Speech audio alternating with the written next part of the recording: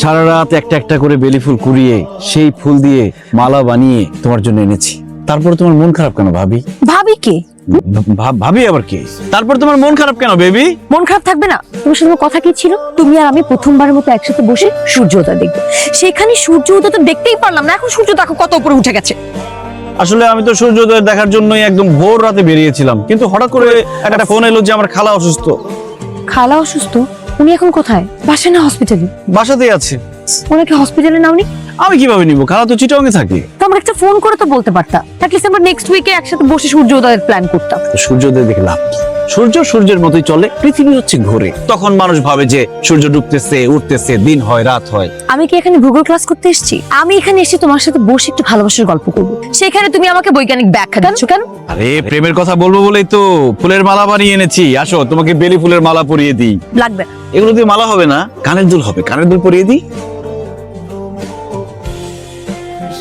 কি হয়েছে? আরে কি হলো?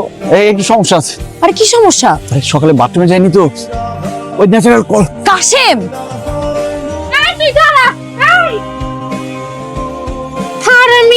তোরে পাইছি, তুই কি ভাবছিস? তুই আমার কাছে পালায় পার পাবি? আমার সাথে প্রেম থাকা অবস্থা তুই আরেক মেয়ের সাথে ডাবল টাইমিং করতেছিস। তোর আজকে পরে আমার কথাটাকে শোনো। আমি ডাবল টাইমিং করতেছিলাম না, আমি তো খুব ইনোসেন্ট কিউট প্রেমিক।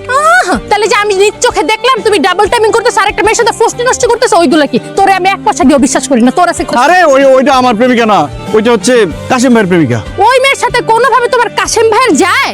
ওইটা কাশিম ভাইয়ের প্রেমিকা। কাশিম ভাই চলে আসছে। কাশিম ভাই, কাশেম ভাই, আপনি আমাদের মধ্যে আসবেন না। ও কি করছে আপনি জানেন? ও আমার সাথে প্রেম থাকা অবস্থায় ডাবল টাইমিং করতেছে। আমি তো কেয়ার সাথে প্রেম করতেছিলাম। দেখছেন? আবার আপনার সামনে স্বীকারও করে সে কেয়ার সাথে প্রেম করতেছিল। কেয়া ভাবি বল, কেয়া ভাবি বল। আরে কেয়া ভাবি বলতেছি, দেখছো? কেয়া ভাবি বলতেছে, তার মানে আমার গার্লফ্রেন্ড না, তার গার্লফ্রেন্ড। আপনার প্রেমিকাকে আপনি অন্য মানুষের কাছে দিয়ে দিয়েছেন প্রেম করার জন্য। কি শুরু করছেন? এর সাথে তোমার পরিচয় হচ্ছে ফেসবুকে আমরা কথা বলি, চ্যাট করি, হ্যাঁ, কিন্তু কেউ কাউকে কখনো দেখি না। একসময় কে চাইলো যে দেখা করতে, কিন্তু আমি কিভাবে দেখা করবো? আমি এর জন্য প্রক্সি হিসেবে রাজুকে পাঠাইছি।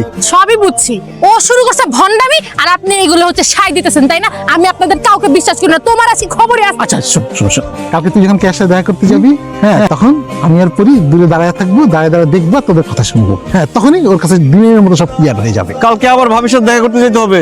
দেখা করতে হবে না, আজকে যে রেখে পালায় চলে আসলি, সেটার একটা কনসিকুয়েন্স আছে না? রাতে একটা ঝড় উঠবে, এবং কি ঝড় উঠবে সেটা তো বুঝতে পারতেছি না। যে ঝড়টাই উঠুক সেটা কালকে সেটা তুমি ঠান্ডা করবা। হ্যালো জান, কেমন আছো?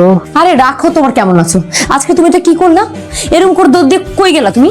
পেটটা অনেক আপসেট ছিল, তাই দৌড়টা দিচ্ছি। তুমি না সামনে একরকম, ফোনে একরকম, মানে কি সমস্যা কি তোমার? তুমি আমাকে আর একটা মাস সময় দাও, 1 মাস গেলেই তুমি সব হিসাব মিলাই ফেলতে পারবা। তোমার এই নিয়ে একটু চিন্তা করতে হবে না। তোমার এই 1 মাস শুনতে শুনতে আমি কিন্তু ফেড আপ হয়ে গেছি। আমি কিন্তু তোমাকে আর কোনো টাইম দিতে পারবো না। তুমি কালকে আমার সাথে দেখা করবা। কালকেও দেখা করতে হবে? কেন? কালকে তোমার কি সমস্যা? না, তুমি বুঝছো, এরপর কোনো কথা নেই। কালকে অবশ্যই আমি আসবো। ঠিক আছে জান, রাখি। তুমি ভালো থাইকো, নিজের যত্ন নিও। আল্লাহ হাফেজ। বাই।